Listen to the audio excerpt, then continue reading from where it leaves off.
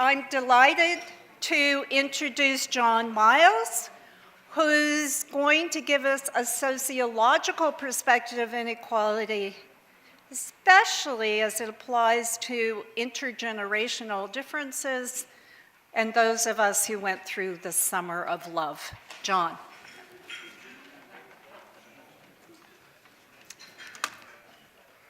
Yeah, I wear both a cochlear implant and hearing aids, so I am very sensitive to sound issues. So if you don't hear me, yell at me.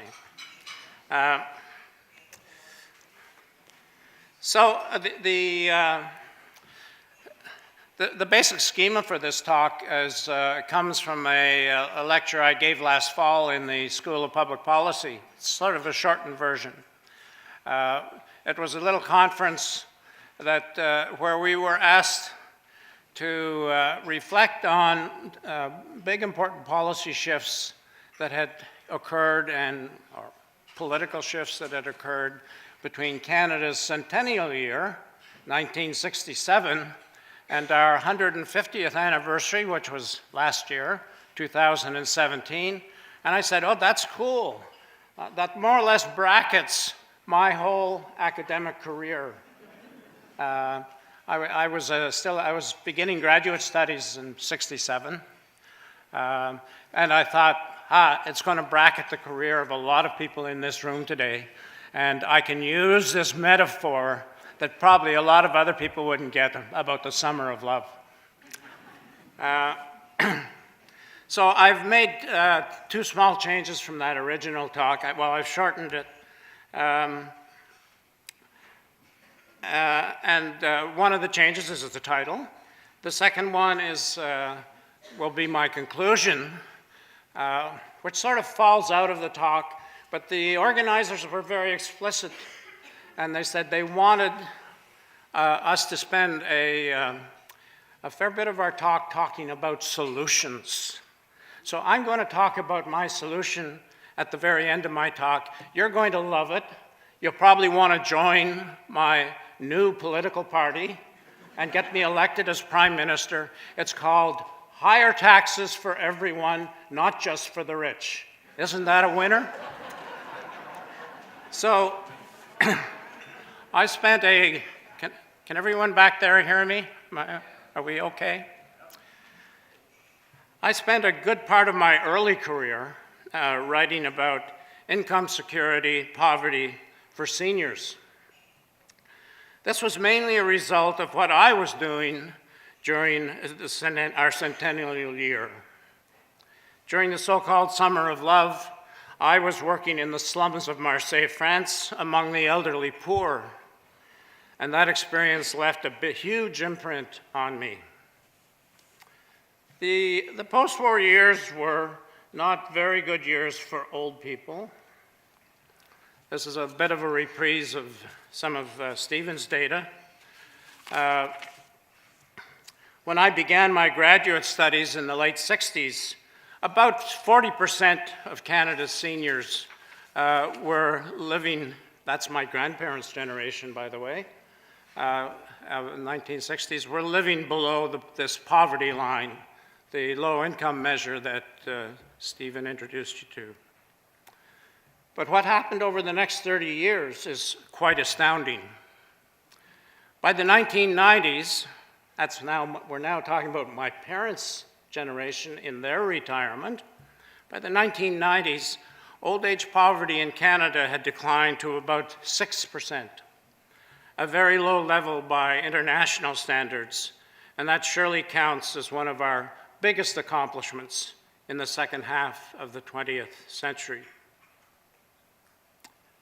Much of the credit for this decline is due to the Canada and Quebec pension plans. This was legislation passed in 1965. That's in my parents' generation when they were in power, Lester Pearson and those types. By design, however, the CPP took 25 to 30 years to mature. The point is that in the long run, it worked, although no one expected it to. My father was, in fact, part of the first age cohort to get full benefits from the CPP. He turned 65 in 1976. In 1977, another cohort turned 65 and joined this small starting group. But it would take 25 to 30 years for the earlier pre-76 age cohorts to die out. And that's really what underlies that story from roughly the mid-70s to the mid-90s. This final outcome is even more amazing when we consider that Canada runs one of the cheapest public pension systems in the OECD. I'll use that expression again. The OECD, for those of you who don't know, simply refers to the Organization of Economic... Thank you, Stephen. Basically, it's the rich countries club. Right? Western Europe, North America, Australia, with a number of new joiners in recent years. Canada spends about 4.5% of our GDP, gross domestic product, on public pensions. The United States spends almost 7%, while the European norm is between 8 and 13%. So the interesting thing about old age security in Canada is it's been remarkably effective, and we run a very inexpensive old age pension system. You can ask me a question about that later if you want. My grandparents, going back to the 1960s, however, and those very high old age poverty rates, my grandparents were poor, not mine, but that generation, not just because of lousy pensions, but mainly because they had lived poor lives. It's about their life course. They were born in the late 19th century. They lived through 2 world wars and the Great Depression. And when the great economic boom of the 50s and 60s arrived, they were too old to take advantage. And that's simply generational luck. The 1880s and 1890s were not a good time to be born. In contrast, I was born in 1943 in the shadow of Auschwitz and Hiroshima. And ironically, that made me, and I assume many of you, part of the luckiest generation in the 20th century. In the post-war years, my family was living through what was arguably the greatest economic boom in human history, what the French call les Trente Glorieuses. I graduated from high school in 1960, and I was just in time to take advantage of the great post-war expansion in university education. When we completed our degrees in the mid-60s, jobs were plentiful and wages were rising. If we didn't have a job lined up by graduation, we could take a 6-week summer course at Queen's University, and we'd be teaching in the classroom by September, probably earning more than our fathers earned at that time. Now, the summer of '67 not only brought Expo '67, but also Haight-Ashbury, Hippies, Sgt. Pepper, and hair. Our generation will no doubt be remembered by our grandkids for its celebration of sex, drugs, and rock and roll. If not for our bell-bottom jeans, which my daughter still laughs at. The statistics, however, and statistics don't lie, tell a rather different story about us. Compared to both earlier and later cohorts, we were undoubtedly the most conventional generation of the 20th century. Most of our age peers were not at Woodstock. They were changing nappies. Unlike both our grandparents and our grandkids, most of us were out of the house. we were married and raising kids by age 21 or 22.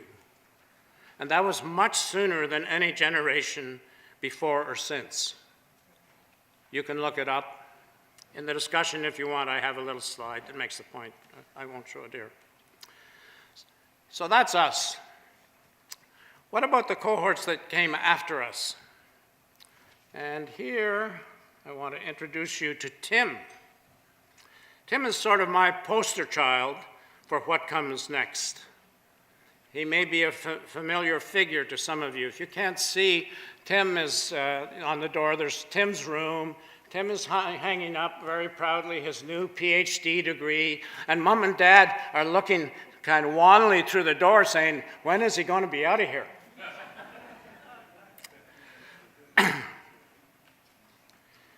From my generational point of view, Tim represents what the literature calls the second demographic transition, or more simply, postponed adulthood. Large numbers of young adults are still living at home with Mom and Dad into their late 20s and their early 30s. That's when marriage and first childbirth now occur. So that's an increase of 7 or 8 years. And since biology has not changed since the 60s as far as we know, that's a huge historical shift in the organization of the transition to adulthood. Now, there are long and short versions of this story about the transition, and I'm going to give you the short version today. This next slide, you may take some time just staring at it, is from work I did at Statistics Canada in the 1990s. And it describes changes in earnings by age cohort. From 1969, that is sort of around the period where my generation was entering the labor market, to the mid-1990s. And there are 2 key points to notice in this slide. If you look carefully, you'll see that from the 1960s until 1981, all of those lines cluster together. That means that the earnings of younger and older workers are all rising at the same rate. In other words, a rising tide was lifting all boats.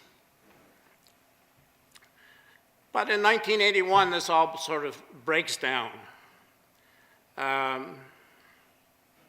That's when, if you don't remember, that's the 1981, we begin the sort of the biggest recession we'd had since the 1930s. If you remember, interest rates were up around 18%. Mortgage rates were around that level if you suffered through that. And the earnings of younger men, that is, people under 35, began falling. And more importantly, they never recover. I'll put a qualifier on that during the discussion if you want. You'll notice that I only go through the mid-90s here, and there's a little bit of a footnote about what happens after that. In contrast, during that same period, wages and salaries of older cohorts continued rising. I turned 40 in 1983, and as you can see, my lucky generation continued to do pretty well. These wage trends, of course, only tell the boys' story. They ignore the gender revolution, the dramatic rise in female educational attainment, labor force participation, and earnings among young women, especially those born after 1960. Now, bringing women into this narrative makes the story more complex. And I can show you a slide later if you want to see what happens. But it does not change the conclusions. The early entry into adult, family, and labor market roles that characterized my generation peaked in the 1970s.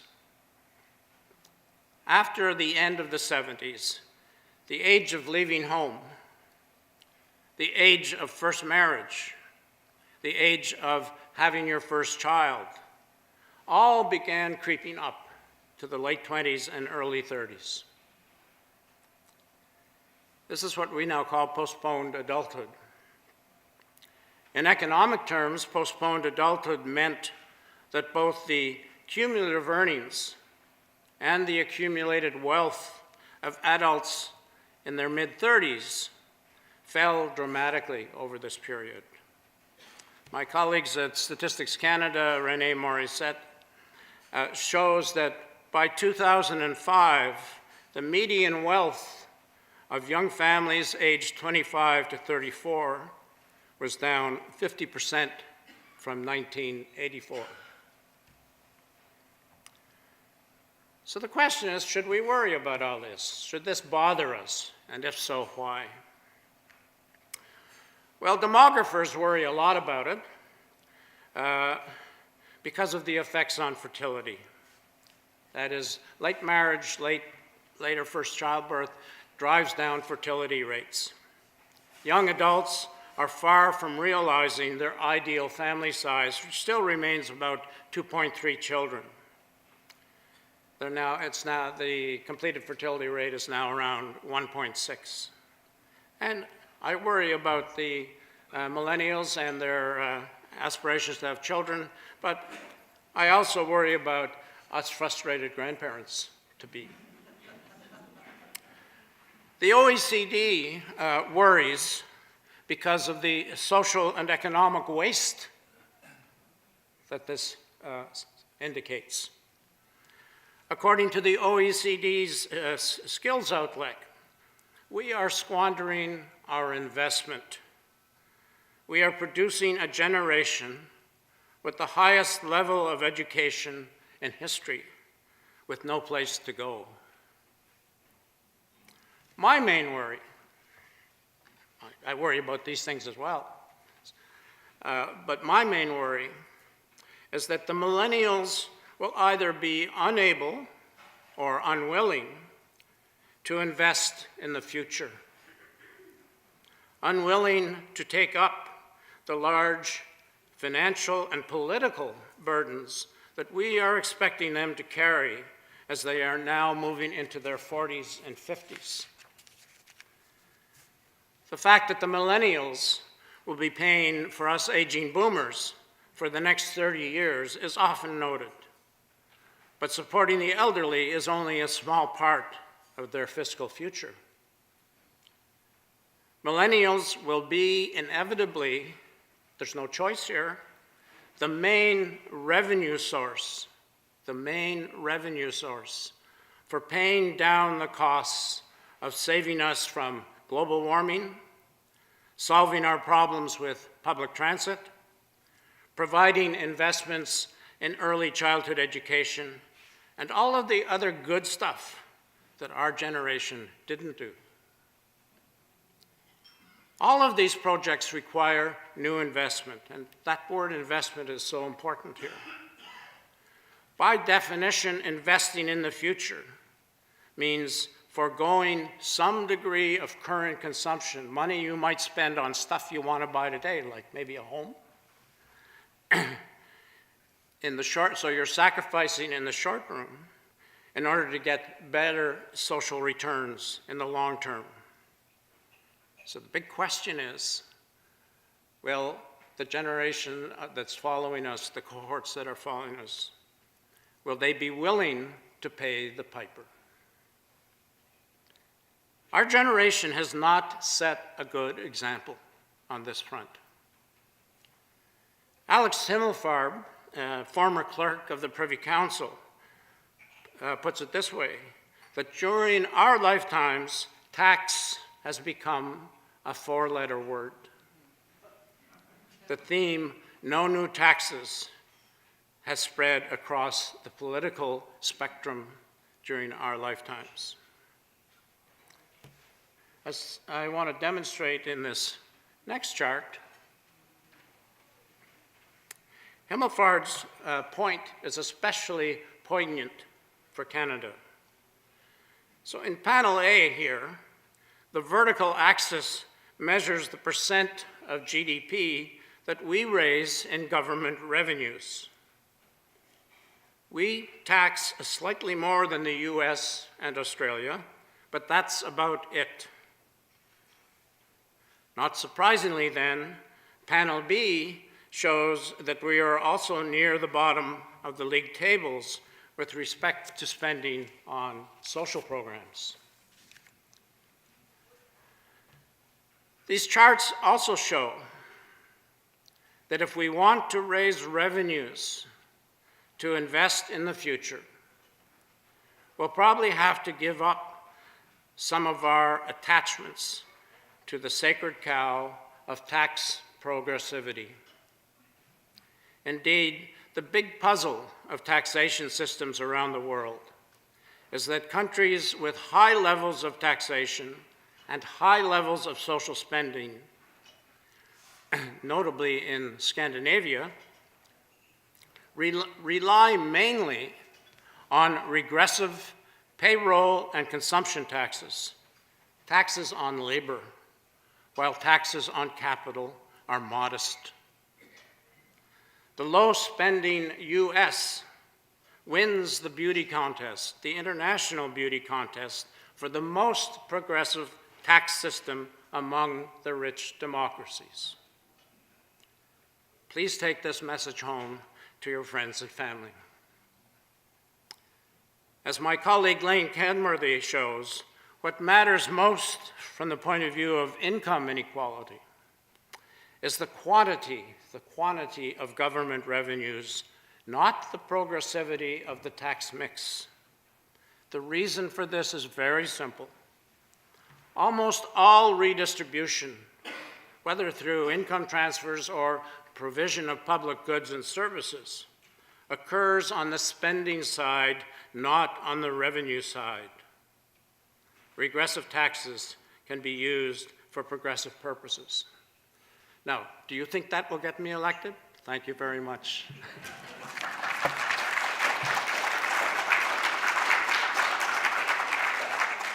So, as I mentioned, I'm particularly sensitive to the hearing issue. What I have here is a little microphone that broadcasts to my hearing aids. So that is why it's going to be passed around along with the microphone.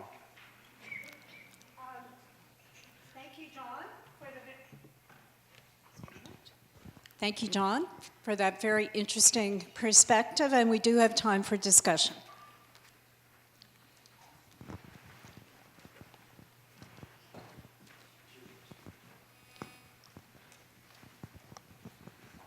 Thanks a lot. Could you just review the concept of tax progressivity? I'm not sure I understand what it actually means. Oh, okay. Tax progressivity simply means if you take the total tax budget, the revenues that come into the government, and you say, what percentage, what fraction of this revenue came from high-income people, and what fraction came from middle and lower-income people. It's like the Gini coefficient, but for taxes. Right? In a system where the most progressive tax system would be one where the top 10 or 20% pay all the taxes. Right? A very regressive system would be one where the bottom 20% pay all the taxes. Right? So you'll see this always in the media when there's a piece of tax legislation. Everyone sits down and immediately estimates, is this a regressive or progressive tax? And our value-added tax, GST, HST, have traditionally been criticized for being regressive, which they are. Yeah, I wonder if I could raise a question. I've enjoyed both of the first two presentations. I think the analysis has been very interesting. But I've long had some misgivings about generational analysis that sees differences in terms of generation. Each of us, not only in this room, but each of our children and grandchildren, has multiple identities. And I wonder if the most significant gaps are between are between, it's not that the generational gaps are insignificant, but I think there are more, sometimes more significant gaps, for example, of education, of qualification. You talk about generation of love. I work it Out of the Cold, and there's a gap, a strong gap at Out of the Cold between the people who serve, who are mostly young people, who are going to get a good education. They're not on drugs, but most of them are not schizophrenic. They've got reasonably good prospects.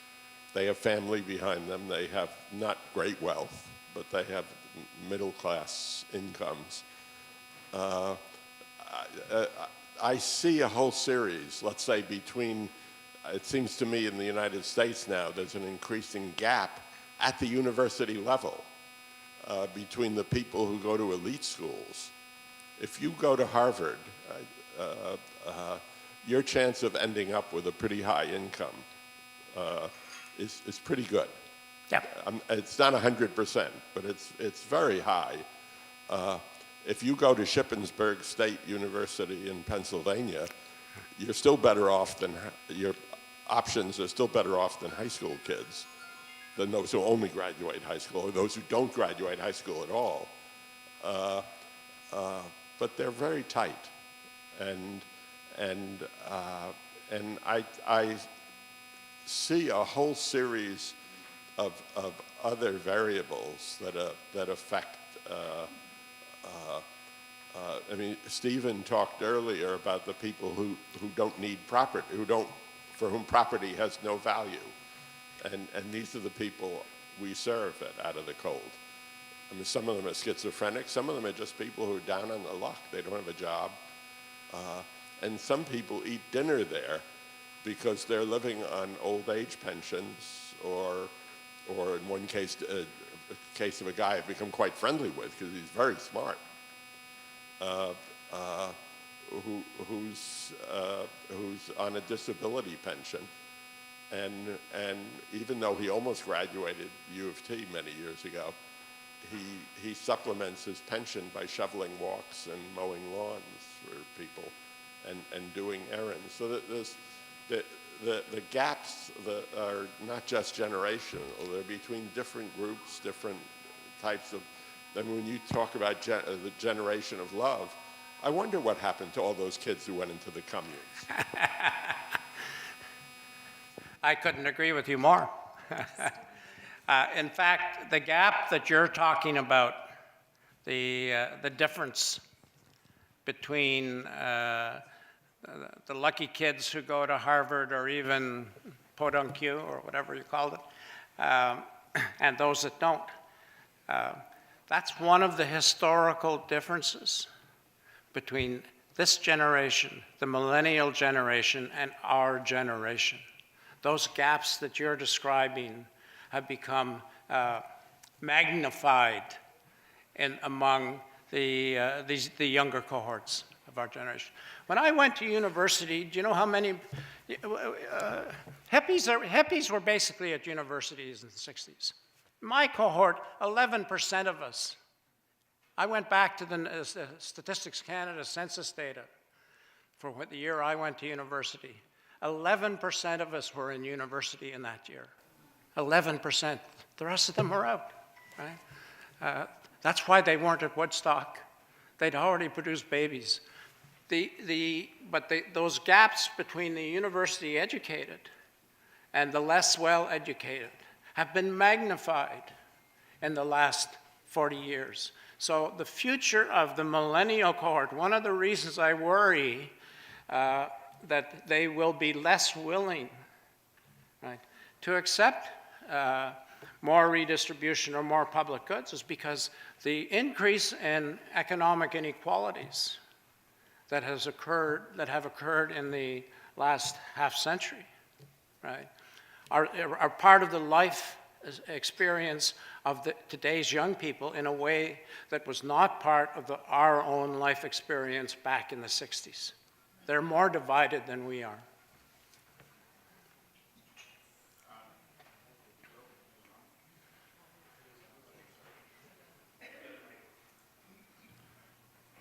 Hello. I just want to congratulate you. If I had an extra 15 or 20 minutes, I would have probably done the exact same presentation. I would just want to add just one little thing about why the system in the Nordic countries is well, regressive or whatever, not progressive. This is like the optimal tax literature. They're following the principle of Jean-Baptiste Colbert of getting the most feathers out of the geese with the least hissing. The taxes that they use are ones that promote economic growth or least penalize their economic growth. So this is it's not really because they're being mean.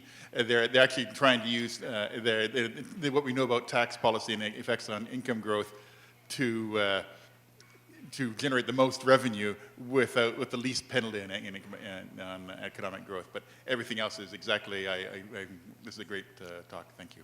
I would put it slightly differently. I would say it's not because they're mean, it's because the Scandinavian working class was smarter than our working class. They knew, right, that they could get a better deal by giving themselves great social insurance programs than by trying to buy these goods and services in the market on an individual basis. They were smart. Hi, I have a question for you. Have you any suggestions that we can put to politicians about our raising taxes instead of lowering them?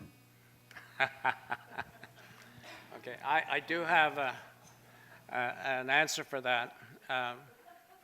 I was joking with Peter Russell before this talk, and I reminded him that the last time I spoke to this group was probably about 12 or 13 years ago. And it was a Saturday afternoon. On a Saturday afternoon, I was talking about mandatory retirement and the politics of mandatory retirement. And I gave a brilliant political analysis of why the Ontario government would never do away with mandatory retirement.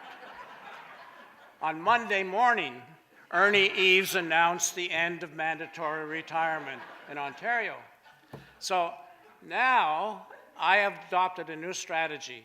I predict that the government of Canada, the government of Ontario, will never raise taxes again. And we're going to expect the opposite.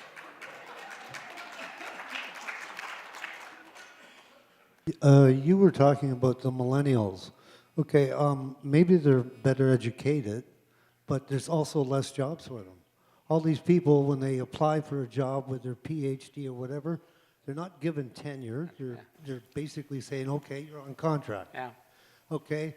Also, the cost of living has gone up since we were children. Okay. To buy an average house in Toronto, you're talking $700,000.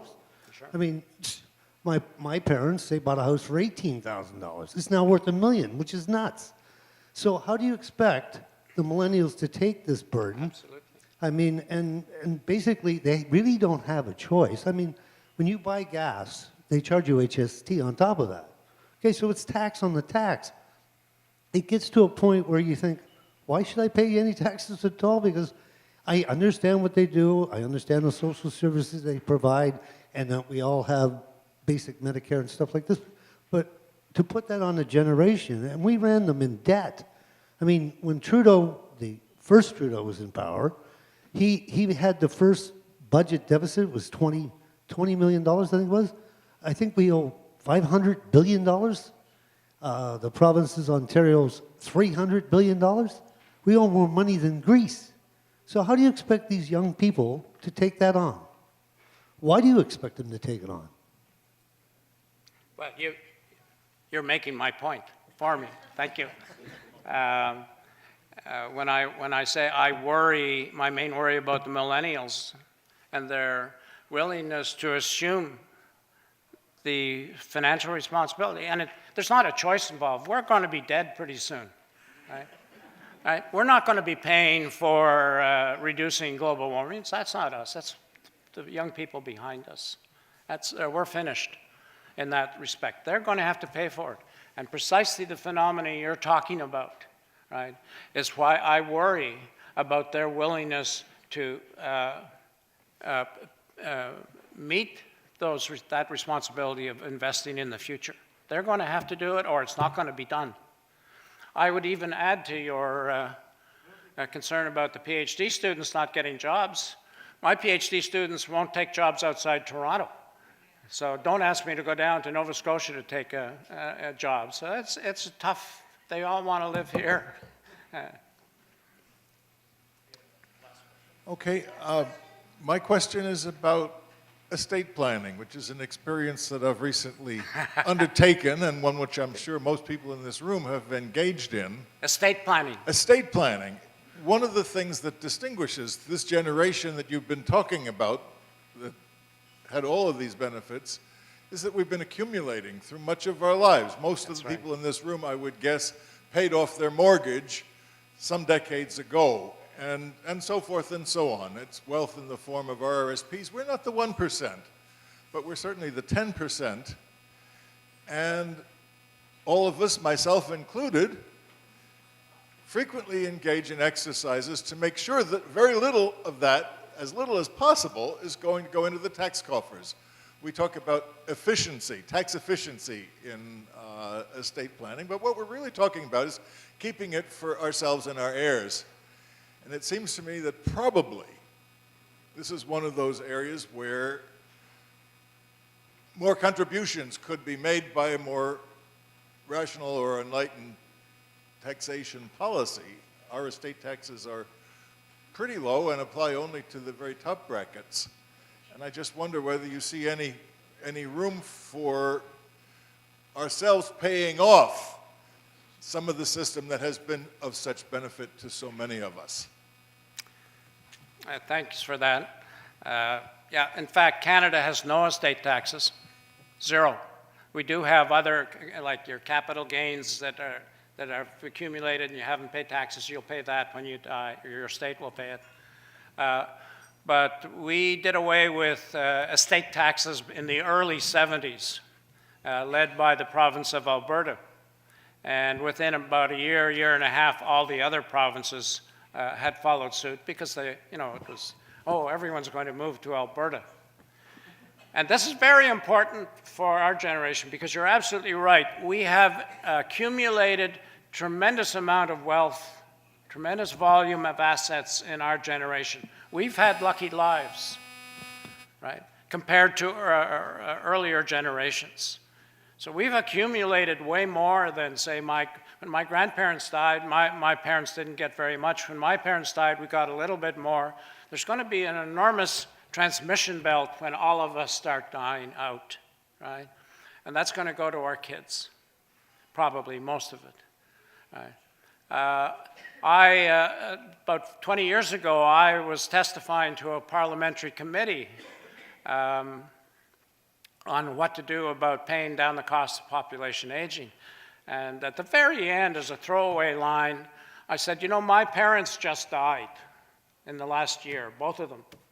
And they left an estate of about $500,000. There were 4 kids. So we each got about $100,000 and that sort of thing. And I said, in their old age, they didn't have to worry. I didn't have to worry about paying for them because their health care was all paid for. By the time they were in their 80s, they could have lived from the guaranteed income supplement. They weren't spending very much, right? Why not just take that money and use it for public purposes? Why do I get it? I don't deserve it. I didn't do anything for that. So this was at the end of an hour presentation and 1 minute.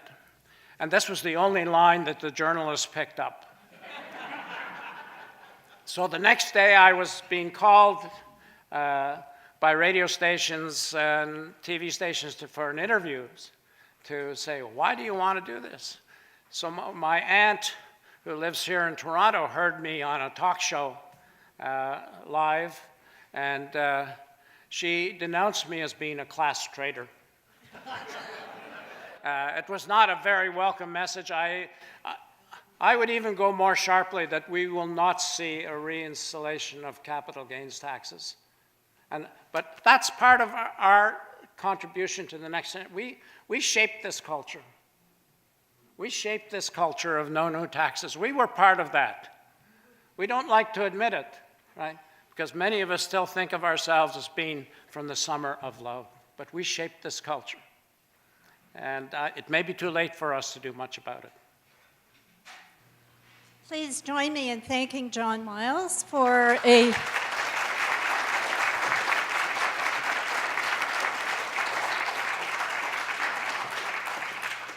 very interesting contribution to our discussion. As a token, we have a copy of Peter Russell's book, Canada's Odyssey, autographed especially to him. Great. Thank you so much.